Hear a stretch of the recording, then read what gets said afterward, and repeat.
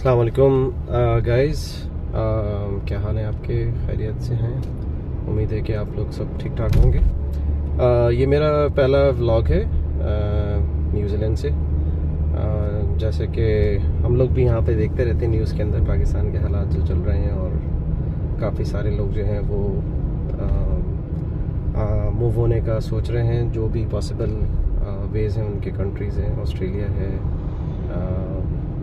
Canada है, New Zealand है।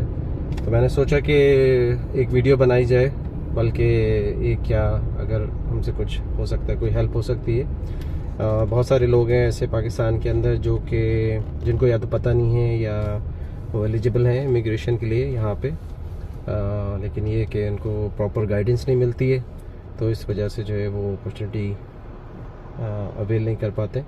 तो अभी रिसेंटली न्यूजीलैंड के अंदर जो स्किल्ड माइग्रेशन कैटेगरी है उसके अंदर कुछ चेंजेस आए हैं, और जो पुराना उनका सिस्टम था पॉइंट्स का वो ख़त्म हो गया है। तो अभी नए सिस्टम के साथ जो है वो लॉन्च करें 9 अक्टूबर से, तो मेरे ख्याल से अगले हफ्ते ही है। और दूसरा, इसके अलावा भी कुछ और कैटेगरीज़ हैं जिसके अंदर जो है वो अप्लाई करके आप यहाँ पे मूव ऑन हो सकते हैं, जिसमें आप वर्क कर सकते हैं। यहाँ पे जॉब आप अगर मिल जाती है आपको, तो उसकी डिफरेंट कैटेगरीज़ हैं। टियर 1 टियर 2 लिस्ट है। तो अगर आप टियर 1 में आते हैं तो टियर 1 की ऑक्यूपेशन लिस्ट है। अगर उसके अंदर आते हैं तो आपको जो है वो डायरेक्ट रेजिडेंसी जो है वो आपकी हो जाएगी।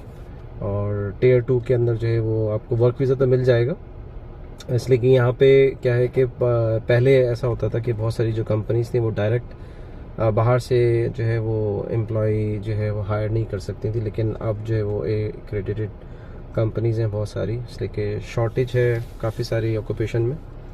तो इस वजह से जो है वो उन गवर्नमेंट ने उन कंपनीज़ को अलाउ किया है कि आप बाहर से एम्प्लॉय हायर कर सकते हैं। तो उसमें काफ़ी लंबी लिस्ट है, तो आने वाली वीडियोस में मैं वो शेयर करूँगा, तो आप देख सकते हैं कि कौन कौन सी ऑक्यूपेशन के अंदर जो है वो आप क्वालिफाई कर सकते हैं, या आपका जो भी क्वालिफ़िकेशन है और जो ऑक्यूपेशन है वो उस लिस्ट में फॉल करती है नहीं। तो उसके अंदर ये है कि आपका कुछ एक्सपीरियंस वहाँ का होना चाहिए, और अगर स्पेशली चूँकि मेरा भी इंजीनियरिंग का बैकग्राउंड है, तो अगर आप इंजीनियर हैं डिफरेंट डिसिप्लिन में, इलेक्ट्रिकल, केमिकल, मैकेनिकल में, तो अगर आपने एक क्रेडिटेड वाशिंगटन अकॉर्ड के अंदर आपकी जो यूनिवर्सिटी है वो आती है, तो आपको फर्दर यहाँ से जो न्यूजीलैंड NZQA है, न्यूजीलैंड क्वालिफिकेशन अथॉरिटी, वहाँ से फर्दर आपको असेस कराने की ज़रूरत नहीं होगी, तो आप डायरेक्ट जो है वो अप्लाई कर सकते हैं। तो प्रोसेस ज़्यादा लंबा नहीं है, सिंपल प्रोसेस है।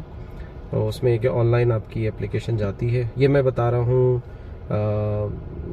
स्किल्ड माइग्रेशन कैटेगरी का, जिसके अंदर जो है वो आप ऑनलाइन अप्लाई करते हैं, UI एक्सप्रेशन ऑफ इंटरेस्ट, और उसमें वो असेस करते हैं एवरी 2 वीक्स आई थिंक, मेरे ख्याल से वो उसको पूल के अंदर से निकालते हैं और देखते हैं कि आपकी जो भी उसमें इंफॉर्मेशन आपने फीड इन की है तो उस हिसाब से क्वालिफाई आप करते हैं कि नहीं करते। तो मल्टीपल ऑप्शंस हैं जिसके अंदर जो है वो आप इमिग्रेशन अप्लाई कर सकते हैं, वर्क वीज़ा अप्लाई कर सकते हैं, और वो वर्क वीज़ा जो है वो आपको it goes towards the residency.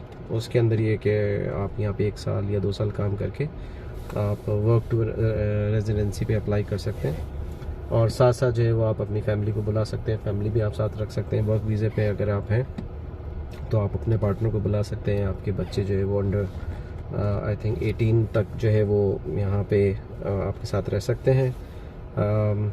और दूसरा ये कि स्कूल्स वगैरह वो आप उसमें उनके फ्री हैं, मेडिकल भी आपको मिलेगा गवर्नमेंट की तरफ से, तो अच्छी खासी फैसिलिटीज़ हैं।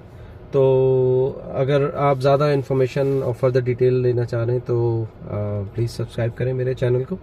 अब आगे, ये तो एक बहुत ही ओवरव्यू था इस वीडियो के अंदर, जो कि एक मैं डिटेल देना चाह रहा था जो भी हमारे सुनने वाले हैं और जो इंटरेस्टेड हैं।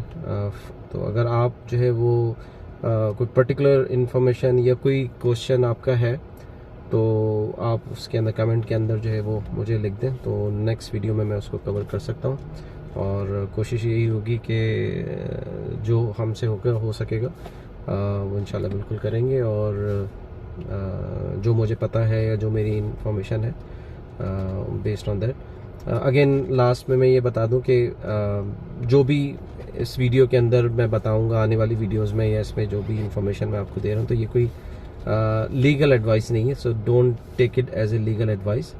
सो उसके लिए जो है वो, अगर आपके कोई ऐसी क्वेश्चंस हैं तो उसमें आपको जो है वो जो ऑथराइज लॉयर्स हैं उनसे ही मालूम करना पड़ेगा। लेकिन इसके अलावा जो इन्फॉर्मेशन है, अगर आपको न्यूजीलैंड के बारे में या न्यूजीलैंड की एजुकेशन के बारे में, स्टूडेंट वीज़े के बारे में, तो उससे मुताल्लिक या अगर जो भी आपका सिनेरियो है, बिकॉज इट ऑल डिपेंड्स कि आप किस कैटेगरी में फॉल करते हैं।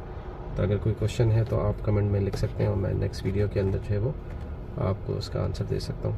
सो प्लीज़ सब्सक्राइब करिए, शेयर करें अपने फ्रेंड्स के साथ जो इंटरेस्टेड हैं न्यूजीलैंड मूव होने के लिए। बहुत अच्छा कंट्री है, इंग्लिश स्पीकिंग कंट्री है। और बाकी ये कि जितने भी और दूसरे जो डेवलप्ड कंट्रीज़ हैं उनके अंदर एक आता है। तो ये so thank you very much for watching. और अगर कोई क्वेश्चन है तो आप मुझे लिख के बता सकते हैं। अपना ख्याल रखिएगा, घर वालों के साथ सब ठीक ठाक। ओके, खुदा हाफिज़।